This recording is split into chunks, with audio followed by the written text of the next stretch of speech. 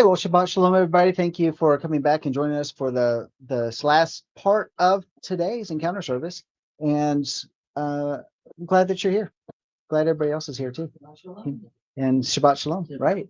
So, because we had the mic disconnect during the last part, Irma's and Sissy's testimony were wonderful, and we wanted to share those again. So, I'm going to bring this mic over.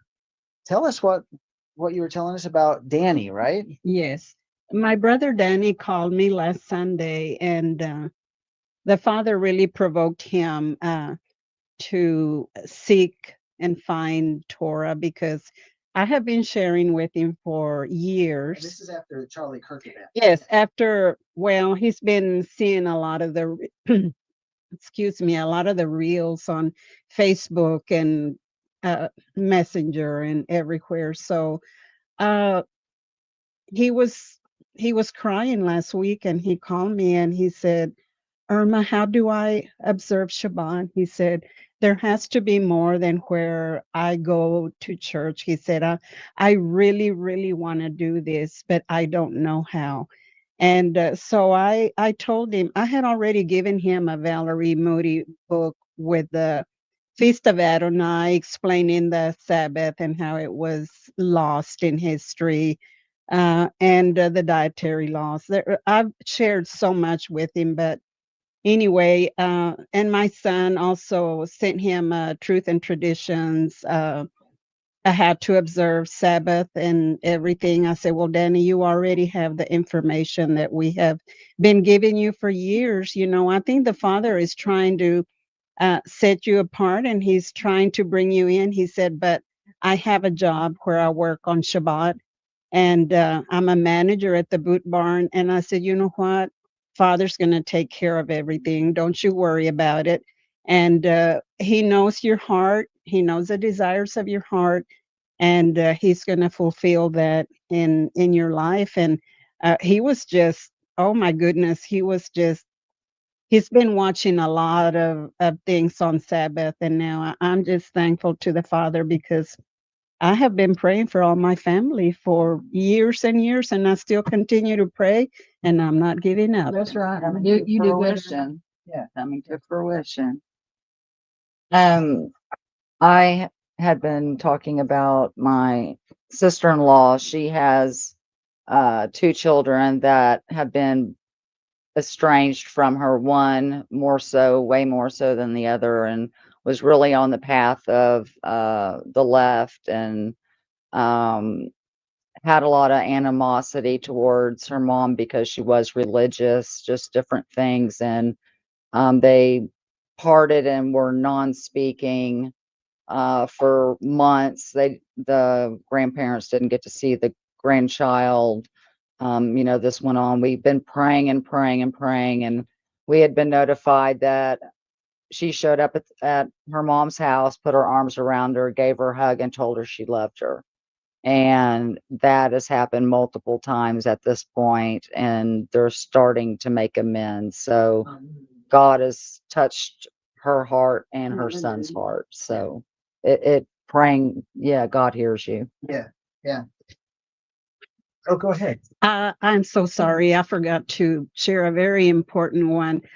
Also, my daughter, she's a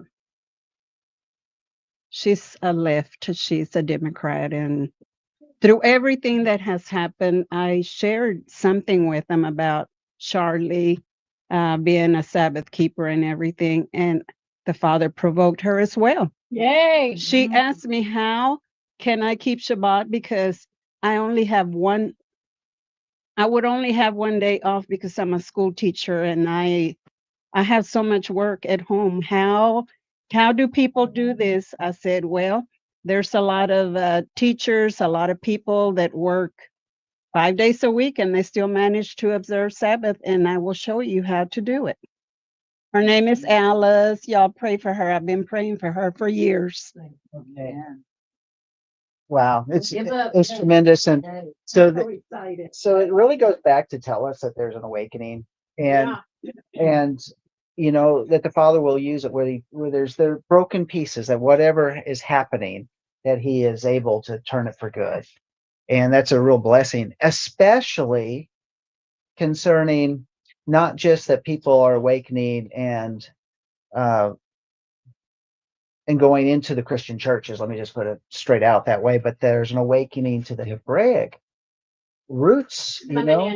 And let me just put it this way: if you really want to use another term, and this was a survey that Jim Staley did years and years ago at Passion for Truth, and where they went and interviewed people, like at the park or wherever, and they said, when you hear the term Hebrew roots, what do you think of? And they said, well, we kind of think, well, maybe it's kind of like Jewish and something that's related to that type of that religion or whatever. And they said, well, what do you think when you hear the term Christian roots? Well, that's like going back to the doing the things originally, like at the beginning of our faith, at the time of Jesus, at the time of Yeshua, and doing the way he did it, and not in a form or a fashion like many, like what came out of Catholicism and eventually Protestantism. Okay, I get it out. And because but going back to the real roots of our faith, and I guess that goes back to a little bit about where my faith was when I first became a believer, and I was kind of sharing that a little bit during Torah portion, that at age 19, and I gave my heart to Yeshua, and there was a shift, and there was a dramatic change in my life. And then I began to question, like many people do, why do you do things that way? I mean, I was going to a Southern Baptist church. I would call it a spirit-filled Southern Baptist church. It was where we had like contemporary praise and worship. This is back in the 80s, so which was really unheard of for many like that. But this was but I asked my pastor a question. I said, um, why don't we do things like they did in the first century church? Yes, that's what we need to do. And he gave me some type of excuse, some type of reason for why. We serve a resurrected Lord, so we observe on the resurrection day. Well, that may have been part of it. I wasn't really even asking about That was a Sabbath. I wasn't even talking about Shabbat. I was just saying, look, I see these things going on in the first communities, in the first gatherings of people, the time, and they did things that we don't do. They and why don't we see more miracles? Why are we not walking in this anointing? I mean, look at Peter and John. I mean, they're going to the temple, and silver and gold have I none, but in the name of Yeshua of Nazareth, rise up and walk. And they walked. Uh, and I was asking these questions. It's like, it seems like there's something missing. Something needs to be restored. And I would dare say that we've been in a process of that restoration. I think we've been over the centuries when can we say this, which in this week's Torah portion, when the people are warned that when they would turn to idols, that they would be exiled and they'd be sent out among the nations and they'd be forgotten or hidden, so to speak. But then when they would turn back to Yahweh, then he would bring them back home once again. So I think we're in that process of that awakening. And yet we're still only seeing little bits of it. If this is an awakening that we are seeing because of the catalyst of Charlie Kirk's assassination, if this, and we've seen even going into that, there's been these little sparks of things are happening. Yeah. Remember, was it a year ago, maybe 2 years ago, where these college campuses, there was one, was at Asbury University, and there was a revival breaking out. Yeah. And these students for 24 hours a day were going to the chapel until the faculty squashed it. And and yet these students were so hungry for something more than just theological doctrine. Uh, they wanted, there was something that was coming alive in them. Right. Well, I'm going to tell you. So, how many years ago was that? That may have been 3 or 4 years ago? Just Not very long. maybe not that long. A couple of years. 3 years at the most, and Yeah. and it was spreading across multiple universities. So think about that as perhaps the very seeds of what's happening now, because now people, we say a huge division, a huge split, because darkness has really revealed its ugliness. Yep. But on the other side, so many more saying, you know what, I used to be on that side, but when I see their ugliness, now I don't want to be connected to that. There's something about when I've gone now and looked at all these archives of Charlie Kirk, these things that keep popping up online, the message is really powerful. What do I need to do? I mean, it's like the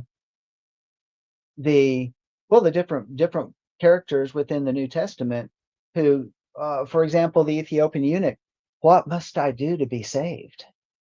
Is really the question. And yet, what is it too that from that is an awakening to even not just Christian type ideals or ideas, but what is it about the question about the Shabbat? What is it about really the real beginnings of what we some people will say the real beginnings of the Christian church, and they go back to Yeshua, but Yeshua was walking within the establishment of the Yes. Torah. He is walking because he is the living and walking Torah. And what he did was took out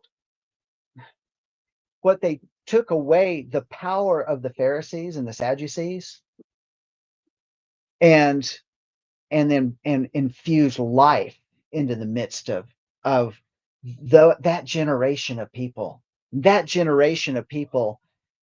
walking in the same thing that should have taken place in Exodus chapter 19 and 20, the very outpouring of the Holy Spirit coming upon them. Did they give up the Shabbat? No. Did they change what they ate? No. Did they change anything? No. And all of a sudden now we have a whole new religion? It wasn't until 300 years later. Okay, so think about people saying, I want the real deal. I don't want something that is acting like a relationship with the God of the Bible. I'm going to use that term. I want something that is really rooted, that has been lost. And so my prayer is that what is more than just a political awakening. It's more than just an ethical awakening, a moral awakening, that it's more than just a religious awakening, as which it is. It's the kingdom of light versus the kingdom of darkness, but it is an awakening that causes the whole soul to connect with what Yah is really doing in the earth today. And I think that takes us back exactly to what this Torah portion was in. And it's not that I really are going there with the message, but I do want to emphasize this because I wasn't able to earlier. If you go to Deuteronomy chapter 30, because I love this thing. What's that song?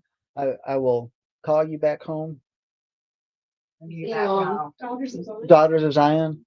Oh, my children. And it is so powerful. But if you go to Deuteronomy chapter 30, verse 1, so it shall be when all these things have come upon you, the blessing and the curse which I've set before you, and you call them to mind in all the nations where Yahweh your Elohim has banished you, and you return to Yahweh your Elohim and obey him with all your heart.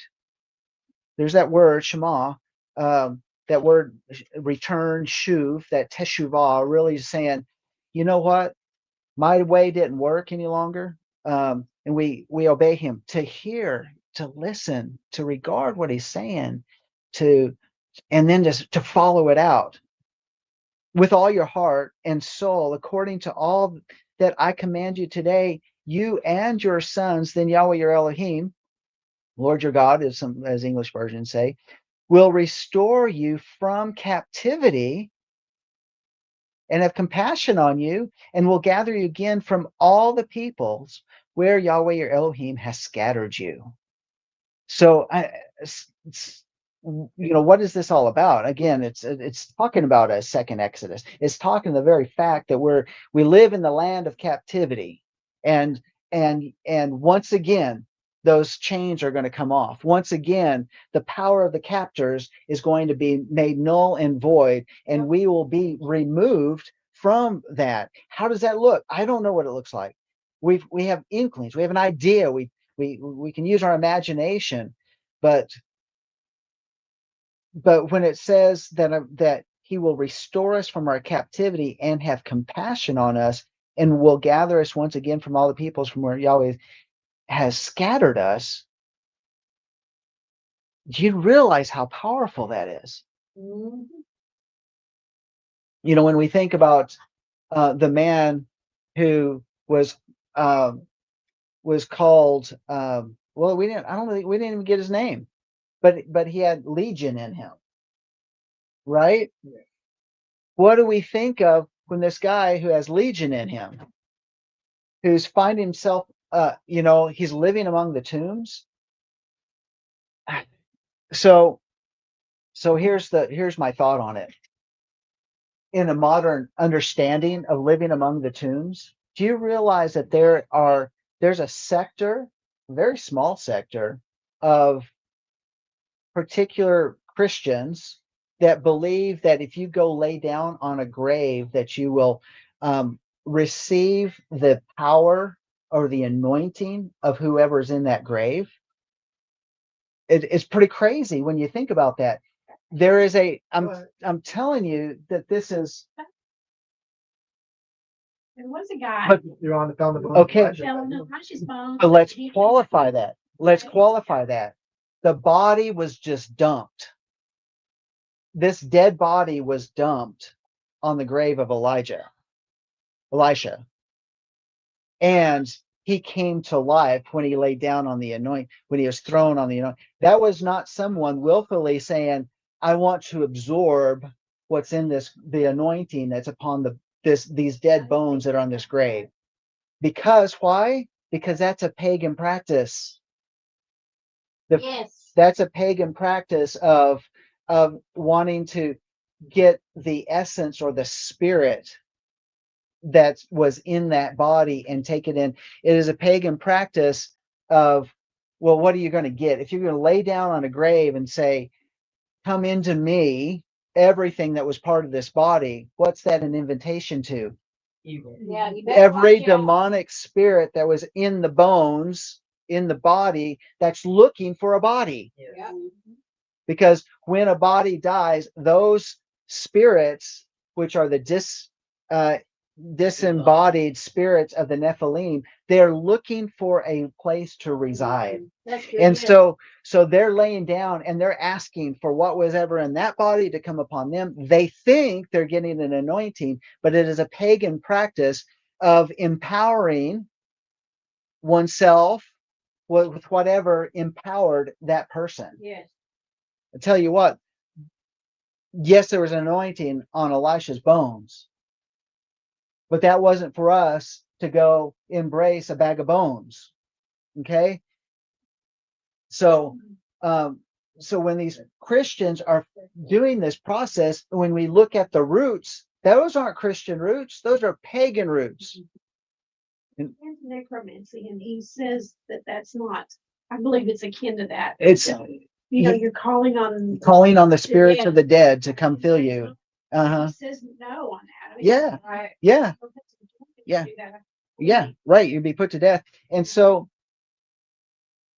what is it that y'all's doing? Is he trying to, because what I think what's happened within certain sectors of those that have come through the charismatic word of faith, prophetic type of branches of the Protestants is that they stopped getting the very important thing, making that thing that is most important, most significant, is that relationship with the Most High. And they wanted more, but it's taken them into New Age. It's taken them into even pagan practices because of the thinking that they're becoming more spiritual.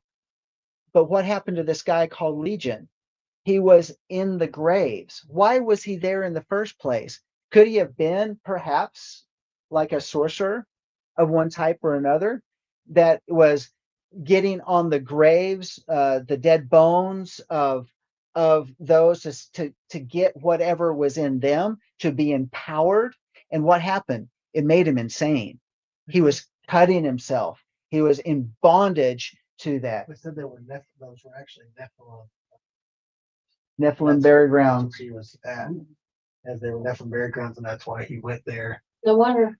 Because that's why he was possessed with so many demons, because they need a place to reside, and so I mean, just think about it. An empty vessel, one that's not been filled with the Spirit of God, that's looking for an empowerment, going among the graves in order to absorb into them, into him, maybe what he would think would be supernatural power, but in reality, it's a step into complete captivity. Yeah. And so when Yeshua gets off the boat and he comes up to the shoreline there, and this guy comes out to meet him, what have you to do with us, O Son of Man? And Yeshua immediately silences him and begins to cast those things out. Why? Because the spirit of the Nephilim understands that they have no place to reside until Judgment Day. And so they must embody a body in order to express their character. And in order to express their character, they'll inhabit anything.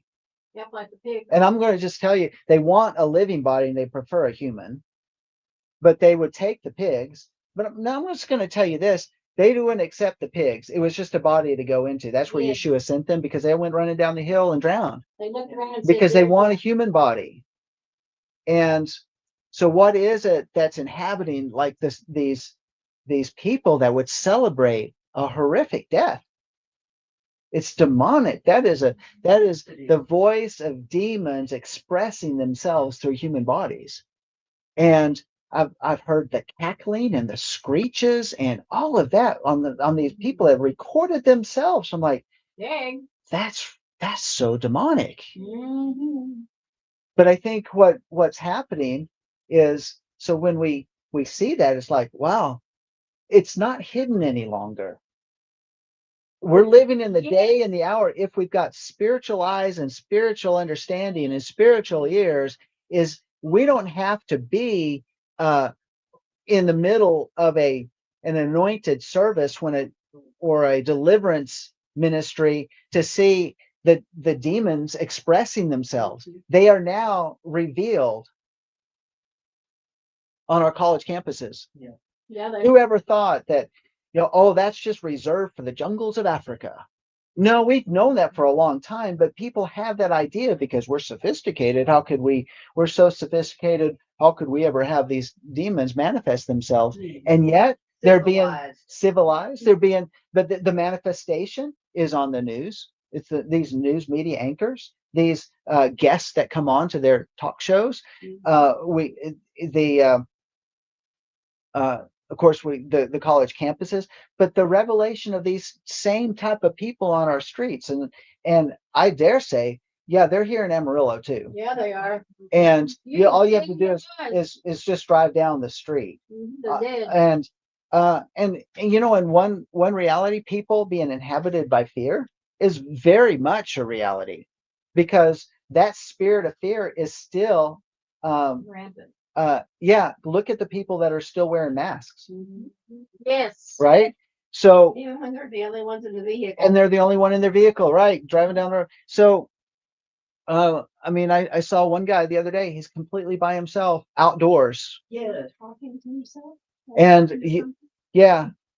When you look at, for example, when you look at I think 2 or 3 people. that horrific murder that took place on that train over in North Carolina, when that guy stabbed a girl in the neck, he was sitting back there talking to himself for 4 minutes. I don't. Well, that's when the video started. For 4 minutes, he's talking to himself, and then he gets up and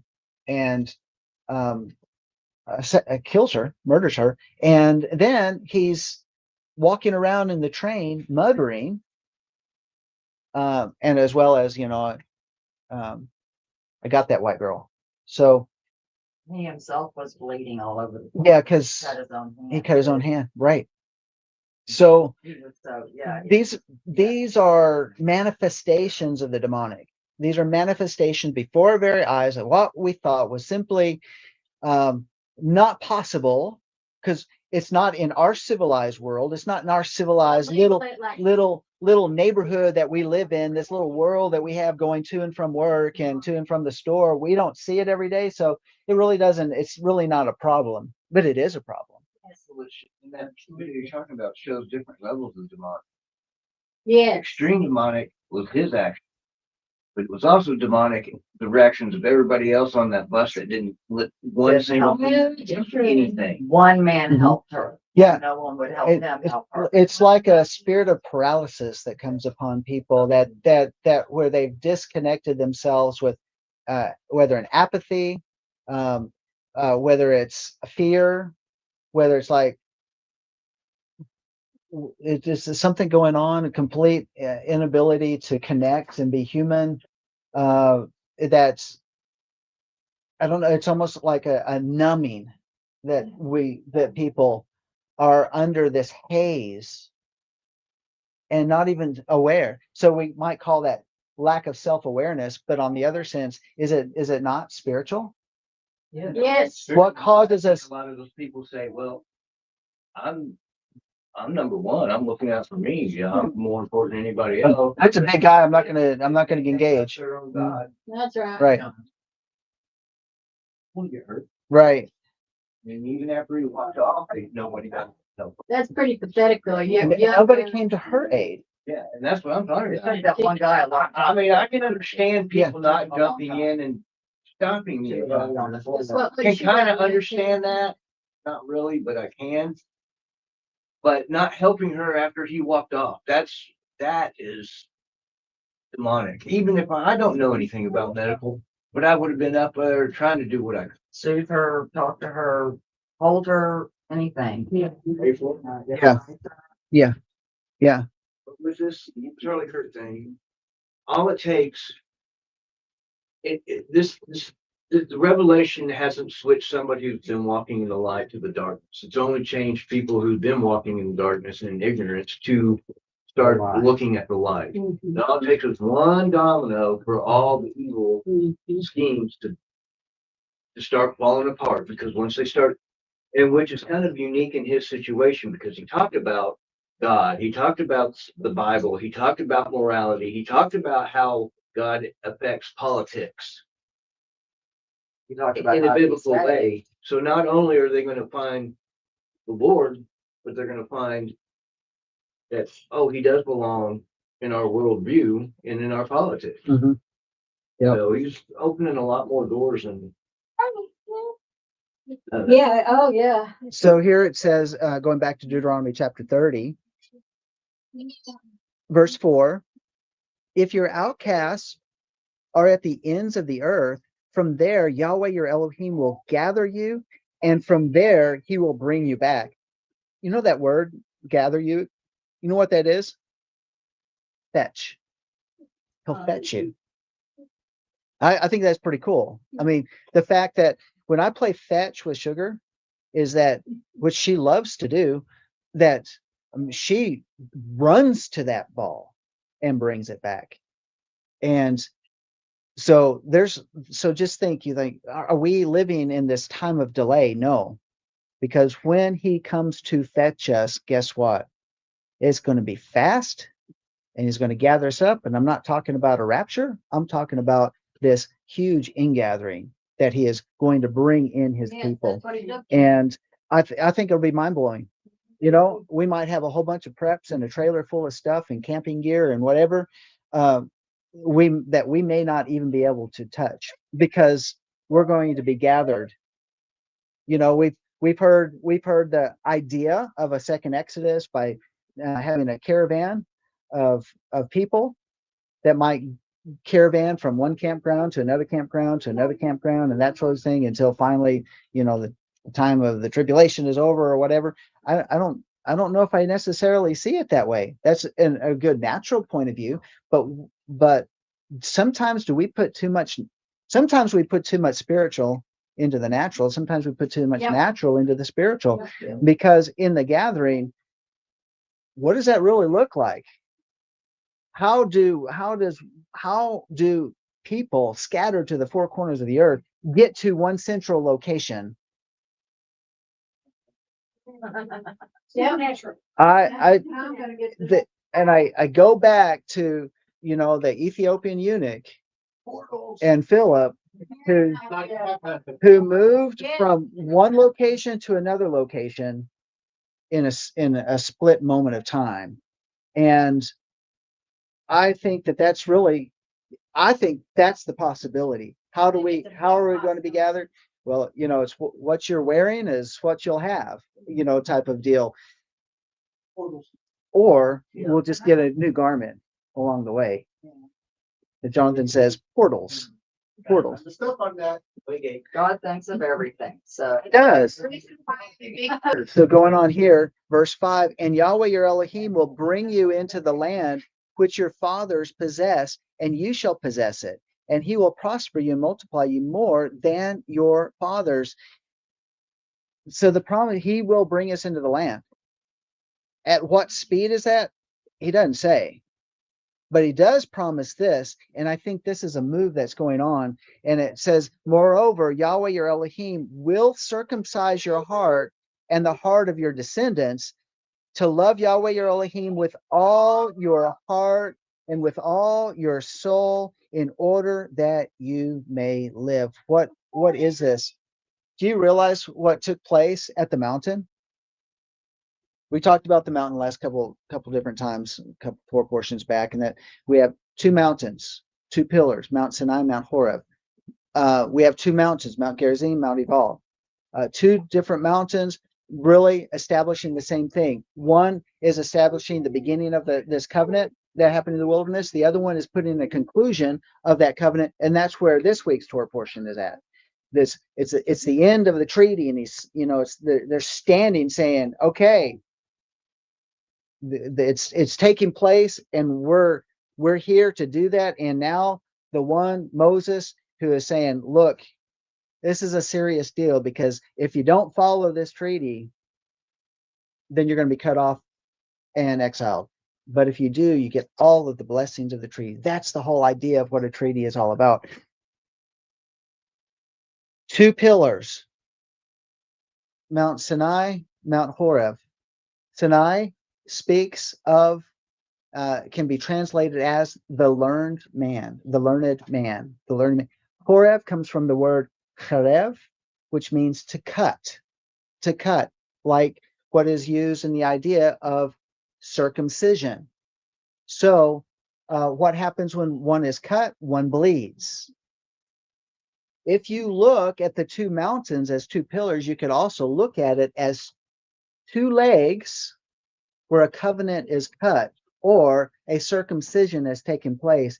However, the weight of the circumcision was on the learned man, by which he would shed his own blood, by which the blood would flow and down his legs. And this is where, when we look at this whole idea, moreover, Yahweh your Elohim will circumcise your heart and the heart of your descendants to love Yahweh your Elohim with all your heart, with all your soul, in order that you may live.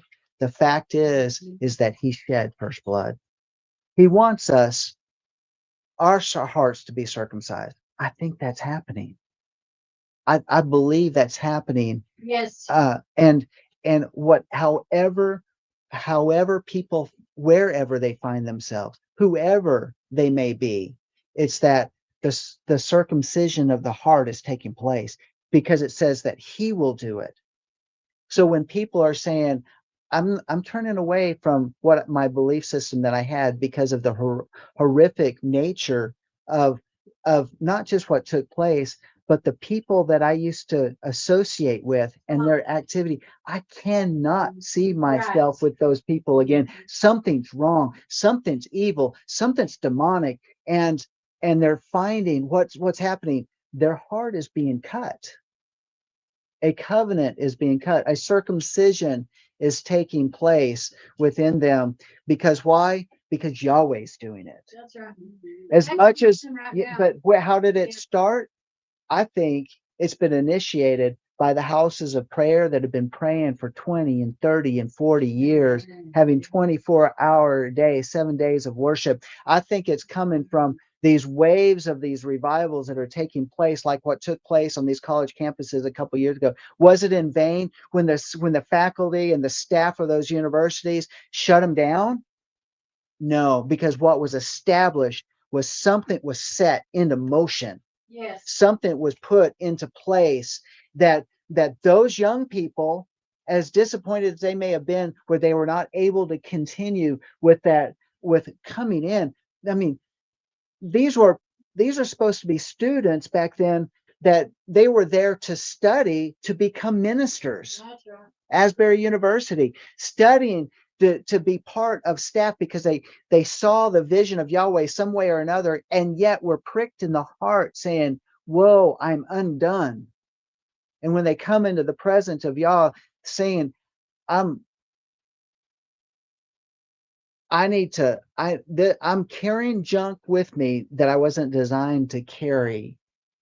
And that could be people you're And carrying. releasing that and saying, Yahweh, here I am, take me That's right. as I am.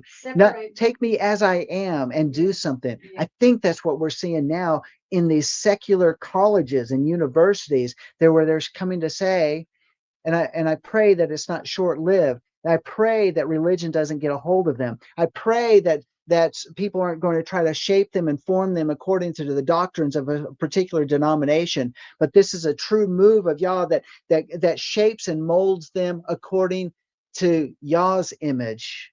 That a vacuum, that's a God-shaped vacuum that's within them, as Pascal had said, that we all have this God-shaped vacuum that only Yah will fill that. Because otherwise they will find themselves void. They will find themselves again facing religion and saying, well, I tried that and it just really didn't fulfill me. We have been faced in our nation with such a move of the occult, like where it has been horrible since, and I will take this back probably. Well, we could take it back to the 90s. I think we go in further, but the revealing of this dichotomy, this difference between light and darkness, has been going on for a period of years. But when the deal was set into place, where it became a horrible atrocity that people began to see it revealed in the natural like never before, was when the Supreme Court came down and they approved a marriage between two men or between two women. And when that took place, and we saw the rainbow colors on the White House and on various buildings in major cities, and we started to see the flags being flown everywhere, our nation was conquered. Yes. It was conquered by the kingdom of darkness that was revealing its colors with a 6-colored flag, as opposed to the 7-colored rainbow. It was and then added to it other colors, because they revealed themselves as not just a relationship between two men or two women, but all of a sudden now we had the confusion of genders, 72 other genders, or we see men and women being confused, like, well, I feel this inside of me, and that today I feel like a man, but the next day they're yeah, schizophrenic. And the next day they may feel relate themselves as a woman, and sometimes they relate and see themselves as a cat, and they put litter boxes into the schools. I mean, they really. do this And stuff. so this can, and then other students are looking around. It's like, I know who you were yesterday, but I'm confused on who you are today. And you want to be, and all this stuff about, well, I'm a he, him, she, I her, never got them, that. they, Yeah, I know about um, that. and a whole bunch of other different things that Like, what are you talking about? no wonder there's so much confusion. And then all of a sudden, here comes a character like Charlie Kirk that says, you guys are confused. Yes. But God isn't confused because he knows how he created you. It's not a- And so, so now what was revealed, and we saw these horrible parades during the month of June and all of these different special holidays set up, because why? Because the enemy has established that he's using that, because it wasn't just about, Wow. because what it is all satanically oriented.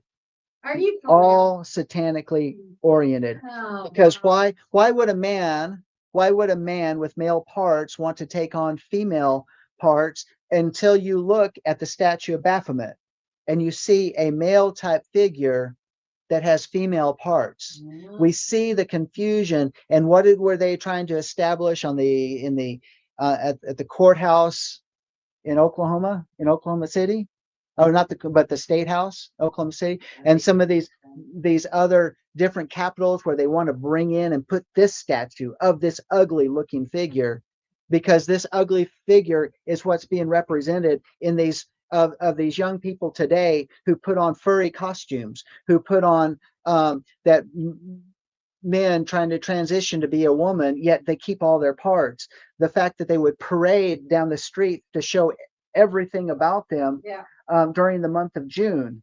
Why would they do this, other than this is the expression of Baphomet on the streets of America? Yes, but not just the streets of America, but all around the world. This is the expression of this demonic kingdom that has now been exposed, where the enemy, when he went too far with the crucifixion of Yeshua, has now gone too far, and now many people, and it's backfiring on the very thing that they were trying to do, to take over, to be the loudest voice in the nation, and now has been exposed by the very actions that they've been doing. It took something abrupt now that Yah is going to use in a mighty and a powerful way. We live in a day and an hour that, yes, right here on our horizon, as when up is down and right is wrong and left is right, and all this sort of stuff, is now we're warned by the prophet Isaiah that the time would come when these things happen. Well, when that time comes, then we know that Yahweh is going to bring us into the land which our fathers possessed, and we shall possess it, and we will prosper and multiply there more than our fathers. This is a day and the hour that he has wants us to be strong in him and the power of his might. Yes, are we probably going to expect an increase of violence in the land? Yes, I expect that. But I pray for protection for me, for my wife, for my family, for our congregation, for those that are in prominent roles, because they are the target. And by the way, the vitriol to go after high visible conservative, Republican believers that are in the forefront, the vitriol and that speech has intensified. Yeah. Even since then. What does that tell you? Why? Because the message of the dark kingdom does not want to be snuffed out, and the willing vessels who figuratively have laid down on the graves of the Nephilim are wanting to be empowered with that power, to be strengthened in their voices like those giants in the land. But those giants have no place against the people of the Most High. Yeah. Here, Israel comes into the land, comes in even before they got to the land, and where they took out the Og. You know, when these people, when the people understand who they are and when we understand what our purpose is, it is to be giant killers. That's right. And though they may be loud, they're going to be brought down. Did you know that there's one giant that's been killed? Jimmy Kimmel, taken down. Yes. A huge voice. 2 more coming down. There are not a lot of people listening to him, only 1 to 2 million viewers. There's more people out there that have podcasts, have more viewers than what he had. Oh, yeah. But the fact that he is a big name that is being brought down. Yes. A giant has been Yes. brought down. A giant has been fallen. So, and I pray that he comes to repentance, and that he escapes the snare of Hasatan, who's held him captive at Israel. This promise that Yahweh has given here in chapter 30, I think we're seeing fulfilled Yes. right now. I think, if you want to put it in a figurative, metaphorical type of language, you better have your shoes ready. You better have your backpacks ready to go. All I'm saying is that it may be metaphorically speaking, but if there's a time that we need to be ready, I think it's right here. Well, what do we have before us? We have Yom Teruah, the day that no one knows the day or the hour. It is the day that the trumpet sounds and the pronouncement of the king. Yes. Yes. And what happens when the king he's calling his people to gather them? Well, there's no greater time to gather the people than after 10 days of all, where we're checking ourselves and making sure that we're right and right standing, Netzavim, in right standing. We're standing before the king, and that he calls his people to gather with him at Sukkot. There's no greater time than here coming into the fall feast, that what was a horrific thing, that could we not see that we are at the verge of a gathering? Yeah, in the natural, it's a gathering. But wouldn't it be great that we find ourselves on our way to Sukkot and we end up at Mount Sinai? I'm just saying, there's no possibility that is out there. There's no, of all the different multiple ways things could happen, we shouldn't rule out the fact that we are at a time of a great gathering. Mm-hmm. So, here we are. It's Yom Teruah. Here it is, where we have a time that perhaps the sound of the shofar will resonate to every corner of the world. Can you imagine that not one ear deaf to the sound of that? I mean, whether, doesn't matter if they have hearing aids or not, whether they can hear physically or not, the sound of the shofar being blasted It wasn't across too the far world. back. Around the world, there were trumpet sounds and people were hearing them. Yeah. I mean, they had proof of this. Recently, they heard it in Alaska. See, so he's getting us So- ready. He's getting you ready for this sound. The land is making a sound, the land, the Yes. heavens and the earth, that will testify on our behalf or against us. I think the time is here, and I think the time is closer than any other reality. Now, if we come down the road and and it's December and nothing seemed to happen, well, guess what?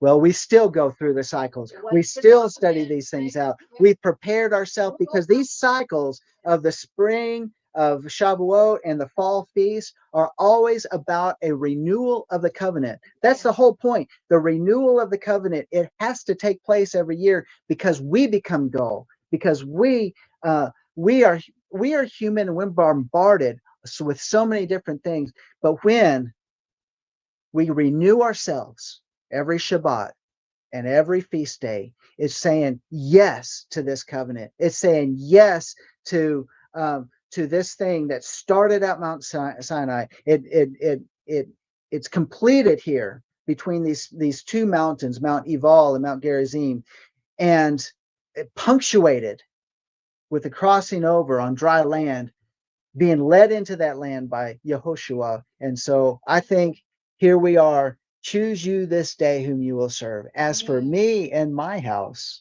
we will serve Yahweh. Amen. I'd be glad. All right. Yes. Well, Shabbat Shalom, everybody. And thank you for being part and connecting with us. And you can go to www.lifeofworshipamarillo.org to connect with us more, or to our Life of Worship Ministries YouTube channel. We love for you to financially partner with us, as well as to be prayer partners with us and to be partners with us here in Amarillo. We certainly appreciate it. Until next time, Shabbat Shalom. This is Pastor John Craig at Life of Worship.